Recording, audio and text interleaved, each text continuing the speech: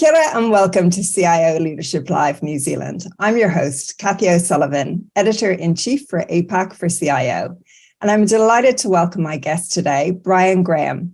Bryan is the Chief Information Officer at Seeka, and prior to joining the organization, he was ICT and Digital Manager at Kayanga Rora Timberlands. And he also worked for several years for Scion, helping the forestry sector with digital technology adoption.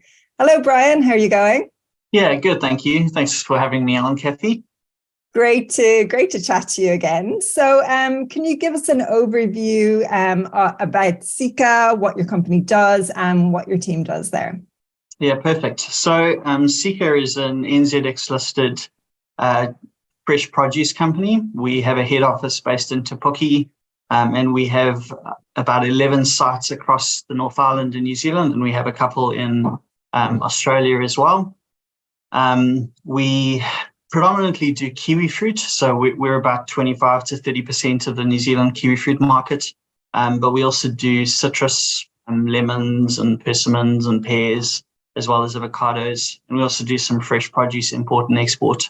The business has been around for quite a long time now, about 25, 30 years, but it's grown quite dramatically in the last 5 years through acquisition. So it's gone from kind of a $50 million company to a $350 million company. And it's really on a trajectory to continue to grow, to kind of diversify our markets. The team that I lead is predominantly just your day-to-day kind of BAU IT, but also the data and cybersecurity elements of the business. And then anything to do with strategy, kind of where we're going with technology, all fall under the mandate of the CIO role at Seeka. So you've obviously had a long history working in the primary industry sector, and technology is obviously helping in a lot of ways. Can you tell us a little bit about your approach to transformation and how it's taken shape in your own career? Yeah, sure. I think the first thing I would say is that transformation is really hard. It doesn't matter if you're talking about culturally or from a technology perspective. I think we often underestimate how difficult it is to move a business down a pathway of change. And we often talk about the benefits that you get from transformation, but we don't often talk about some of the effects or the impacts of doing that. So generally, my approach or kind of how I've gone into that is to try and really understand what we're trying to achieve and what the value is. I've kind of used the term tool or toy a lot over the last 5 years to say, is this something that is actually going to add value to the business or not? And then to try and figure out, what the best approach is to kind of move forward with that change. So what does transformation mean for Seeka then? How is your digitization program tracking? Yeah, it kind of comes in two phases. The first one is that, like a lot of people in primary industry, we're really struggling to get people to work. The jobs are not easy. Standing in a packhouse, packing pallets for 12 hours is really draining, and it's not particularly well-paid work as well. And so we're seeing it become increasingly difficult to get people to work in packhouses. So automation is a big push for us. The ability to augment people in a factory with machines has been part of our kind of strategy for a while, and it's something we will continue to do as the technology gets better. We're able to kind of do more of that in our packhouses. So that's been a big push, is automation. The second one has been around that the ability to be data-driven in terms of decision-making. So how do I put better information in front of decision makers, not necessarily to make the decision for them, but just to give them an alternative. So we're doing, looking a lot at scenario analysis or reporting, just to be able to say to people, look, this is something that maybe you haven't seen, or, instead of having to wade through 10 pages of information in a report, the top 5 things are highlighted at the start of that report. So really the ability to kind of take that, the questioning out of the reporting and the data, and just present people with information that's useful to them. And then the final piece really is around streamlining and optimizing data flow. So where people are spending a lot of time manually entering data, or you've got systems that don't necessarily talk to each other, how can we automate that? How can we streamline that? Because that takes up a lot of time. And often we're employing very intelligent people, but we're asking them to do an entry-level data entry job. And so the ability to kind of move people's focus from simply data entry to actually the analysis or the insight, which is really where the business gets the value from, has been a big push for us as a business as well. So it's those kind of three things. Wow, yeah, a huge program of change there, and you've mentioned a lot of the benefits, the upsides of introducing that technology. But you did mention earlier, that transformation is hard. So, what are some of, I guess, the biggest challenges that you're encountering, and how are you avoiding those roadblocks along the way? I imagine there can be some fear sometimes when people mention, replacing people in packhouses with automation. How are you navigating those? Yeah, you're absolutely right. The technology is almost the easiest part in any kind of transformation, right? We often hear it said, and unfortunately I'm going to reiterate it again, it's about people. Culture and legacy are really, really important to us as a business, and legacy in particular. So Seeka is fiercely loyal to its people. And so we always try and work with the people involved to get a sense for how this is going to help them. And so that's kind of a good and a bad thing, because not everyone wants to change. Not everyone can always see the benefits of things. But I've seen, certainly in my career, the best outcome I've seen is where we've been able to work with people to kind of bring them on the journey with us. And I hate that word, but you understand what I'm saying.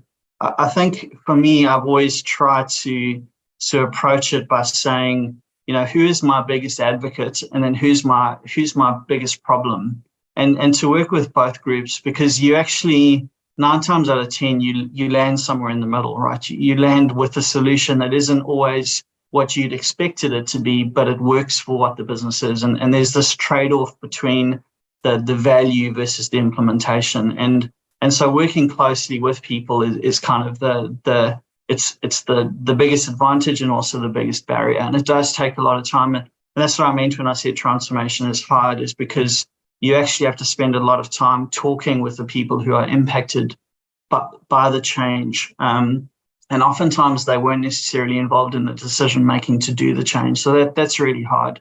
But I think it can be successful, and surely we're definitely seeing success where people, the elements of their role that they don't like have been removed, and the elements of their role that they do like have, they've got to do more of that, and that's kind of been a win-win. Absolutely, that approach of change not just being done to them, but they're actually involved in the changes and giving their feedback is crucial, isn't it? Yeah, it really is. And to really listen, I think oftentimes we talk about consultation, but we don't really mean it. We spend, so the executive of Seeka spend a lot of time on the floor in the packhouses. In fact, through COVID, some of them were picking up shifts to help. It really is about working side by side with the people who are impacted, not just sitting in an office and making a decision. I think you learn a lot from spending an hour sitting at someone's computer, actually seeing how they use the technology, as opposed to just, listening to a report that's been given to you. So, a lot of consultants, or when we're implementing things, you'll have these workshops that run, and they'll kind of glean that and get the information. But often it's important, I certainly find as a senior leader, to actually follow that up a little bit and actually spend the time one-on-one. It makes a huge difference in terms of understanding. So do you like to see transformation then, Bryan, as, a project with a deadline and milestones, or is your approach to transformation that it's just an ongoing, evolving development program of work within any business? I think it's both. Certainly, there are projects that I would define as transformation. For example, if we're putting in a new piece of automation, that's very much a project. I've kind of thought about it like this. Some projects are like a butterfly coming out of a cocoon, right? You have this period of incubation and then it's released and there it is. And others of it is more like evolution. It takes time and it's just constantly iterating. And I think those projects are more like the former, but the cultural piece, which I think is more important with transformation, is actually an ongoing kind of evolution. I don't think you ever fully reach the end point. And certainly if you look at what's happening in the software space, it's becoming more like that. We're now used to software updates happening once a week or once every fortnight. And that's essentially that whole constant transformation. And I think it's actually really, really important. It's pushing a lot of businesses, in my experience, because they're not necessarily used to that. We're not always used to having to constantly be relearning things, but I think that's part of the next generation of our workforce, is that we are actually going to have to become better at constantly evolving, constantly, this lifelong learning commitment. Yeah, an ongoing thing, not just once off. So you're obviously, deep into the automation piece at Seeka. Just more widely in the primary sector industry, do you think there's a role, more broadly for AI and machine learning across the sector, along with automation?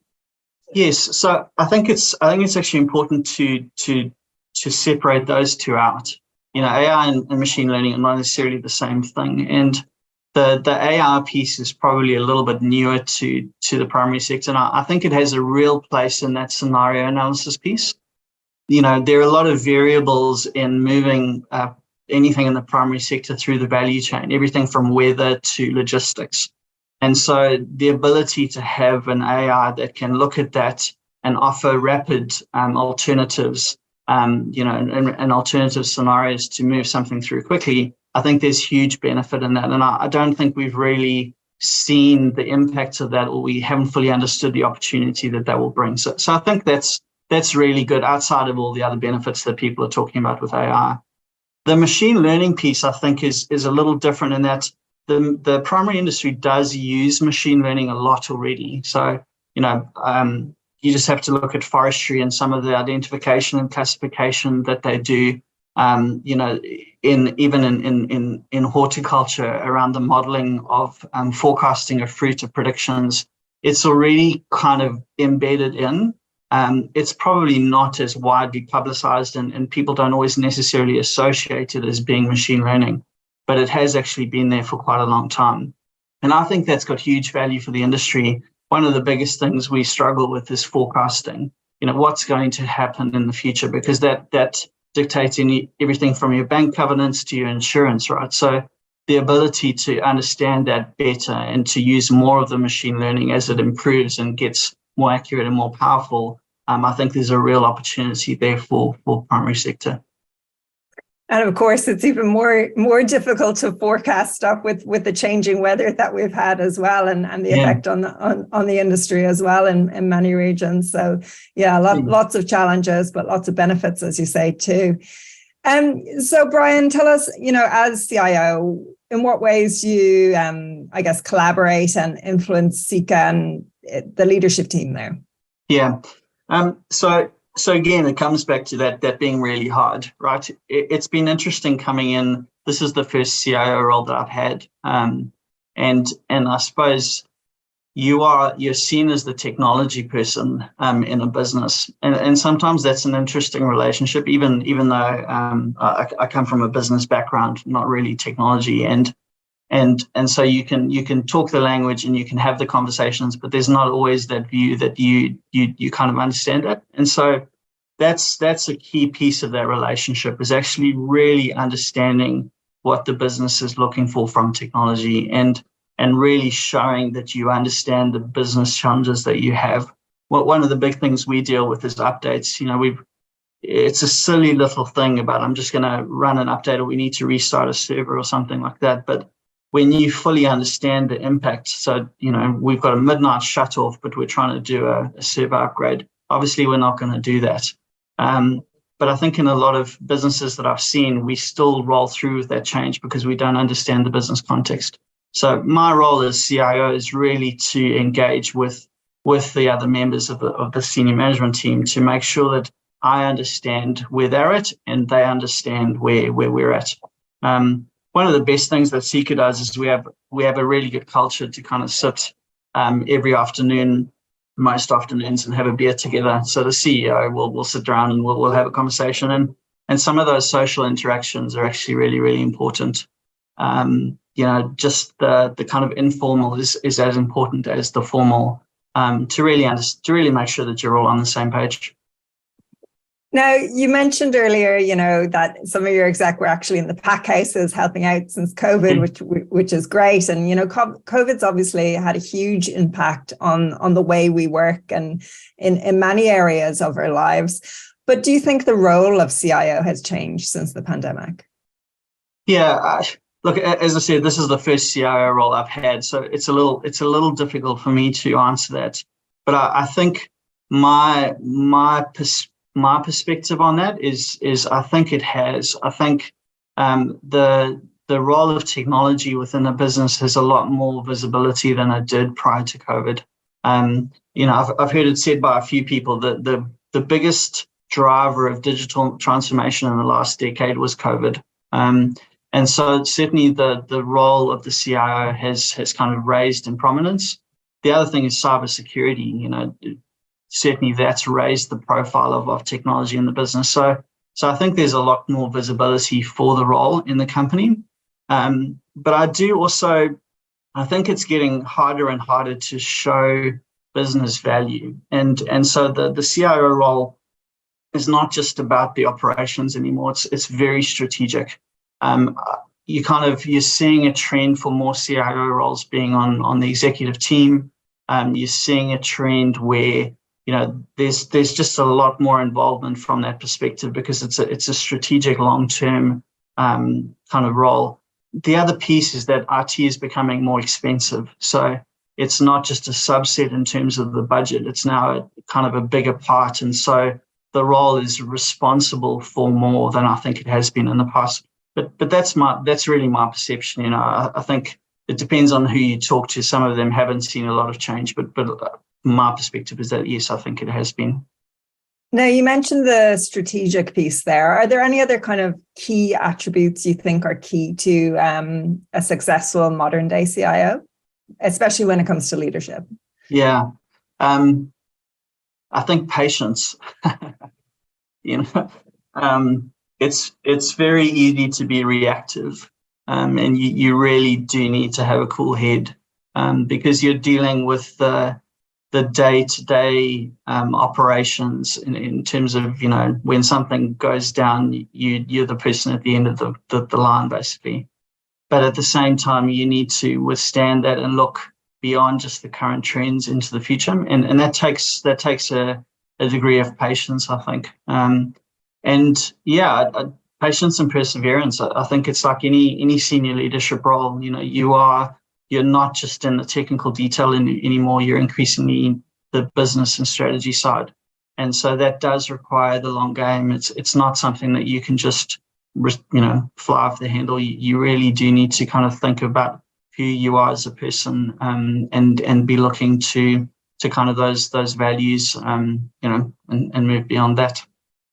So just expanding on that, I guess, a bit further, how are you creating that internal culture then in your team that, really helps people feel like they belong and, that they're serving, a purpose at Seeka and really, I guess, achieving those personal and professional goals? Yeah, I think it's back to what we said a bit earlier about spending time in the business. It's not just the role of leadership to be doing that. We sometimes have joked about IT sitting in the dark in the corner somewhere, right? And I think that culture has to change for a range of reasons. And so I encourage the team to get out and talk with their end users a lot more, to get out onto the orchard or to get out into the packhouse. It's always interesting to me, with a few companies where you walk in and the IT person has never been out on the operational space. So in the primary sector, they've never been out to an orchard or they've never been out to the forest. And I think we're missing something there because, you need to be integrated in terms of what the company is doing.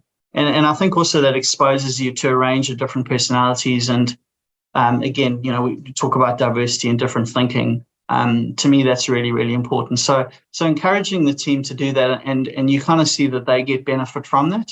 And then obviously just the normal things. I mean, encouraging that learning piece, everything from training and throwing resource at the team to be able to really give them a sense of upskilling, that lifelong learning. You've got to actually be deliberate about it. Culture doesn't just change on its own. You've actually got to do something that drives that. And yeah, so we're quite deliberate about those two things, as engagement and training. I love that. I love that you encourage your team to get out there and see the packhouses and get out in the orchard. It must make it really real for them, that they're part of something bigger than just the IT team. Yeah, that's right. Yeah, it's very different talking about a packhouse that can do 4,500 trays an hour. And when you see on the line how much fruit is actually going through it, it kind of changes that perspective. So when they hear about the line going down because of an IT issue, and you suddenly get a sense of the urgency, which you wouldn't necessarily have had if you hadn't stood there next to the person whose problem it usually is. Absolutely. Absolutely. So another key part of, a good team culture is diversity. And you mentioned it there. What practical things do you think can be done to attract more people from, diverse backgrounds, diverse ways of thinking into IT? It's a great question. I don't know that there's a silver bullet for this. We've been recruiting some roles over the last 12 months, and the problem that I see is that the candidates are just not there. As much as we would like to bring in diversity, it's often very difficult to find. I think so there are, to me, two things. Culture, again, we come back to. You need to have a culture that is accessible to people coming in.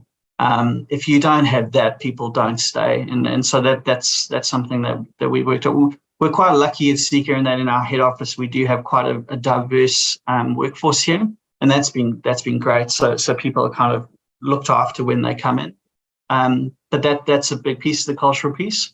And then I think I'm quite passionate about learning and development, and I think bringing kids through and young people through and showing them alternatives and opportunity in technology, and not just technology for banking, but technology for primary sector as well.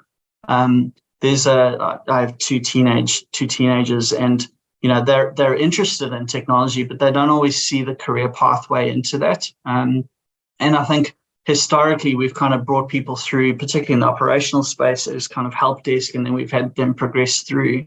And I think that model's got to change. We've got to show people that there are plenty of opportunities in the sector, that it is diverse, and we actually need the diverse thinking. So to me, it's kind of got to start before a CV lands on my desk. It's got to start a lot earlier in terms of bringing the right people through for training. Absolutely. Now you are, this is your first CIO role, as you've said earlier. So what advice would you give to anyone out there who's aspiring to be a CIO or a IT leader? Yeah. Firstly, I would say, understand the business, understand that it's the more senior you get, the less it's just about the technology. It really is about understanding where the business is at, and also the people management and people interaction. I spend a lot of my time in meetings, discussing things. And so I think those are two key pieces. The other thing is and I would say this to kind of most senior leaders, but particularly to CIOs, is that, you get a lot of feedback, both positive and negative. And you have to figure out your own value, and you have to learn to trust your gut. And sometimes I think, particularly technology people, we like to be black and white, and you just can't be black and white. There's so much gray, and then the impact of that decision, everyone has an opinion about that. And so as a CIO, you need to be a bit more comfortable in that gray, being able to make a decision that you believe is right, whether it's going to be right or wrong, and then manage the criticism or feedback after that, and take what is valuable from that. Not all the feedback will be correct or valuable, but you would be, it's to your detriment if you don't listen to it. So listen to the feedback and learn from it, take what you can. Those would be kind of the key things I'd say to someone who's aspiring to this. Excellent advice. I love that. And, feedback can often be a gift. As you say, there could be some gems in what, might be perceived as criticism, but there's actually some very valuable stuff that's coming through in that. Finally then, Bryan, we've got a busy few months ahead, possibly a change of government, which may impact policy and the primary sector there. And you obviously have your digitization program underway. What's important to you in the months ahead? Yeah, for us, we're trying to get through our main harvest. So kiwi fruit is being harvested in a vengeance from February to the end of June. It's the busiest time of our year, so we're really trying to operate as a 24/7 business to get that all done. I think wider than that, we're watching with interest what's happening at a macroeconomic level, particularly around inflation, around interest rates, and just the impact of that. I think, my 2 cents is that this is going to be a tough year for people, and it may roll in a bit longer than everyone's expecting if you read some of the media stuff. And that's really something that we're keeping an eye on. As a business, we're obviously we're influenced by those things, and so managing that from a longer term perspective of our business, how we respond to that, what the impacts of that over the next 2 to 3 years, change of governments and all of that as well, if that happens. I think those kinds of things are what we're paying close attention to over the next 6 to 12 months as we wrap up our harvest and look into the next few years. Yeah, it's certainly going to be an interesting time as we navigate these economic headwinds. Bryan Graham, Chief Information Officer at Seeka, thank you so much for your time today. Thanks, Kathy.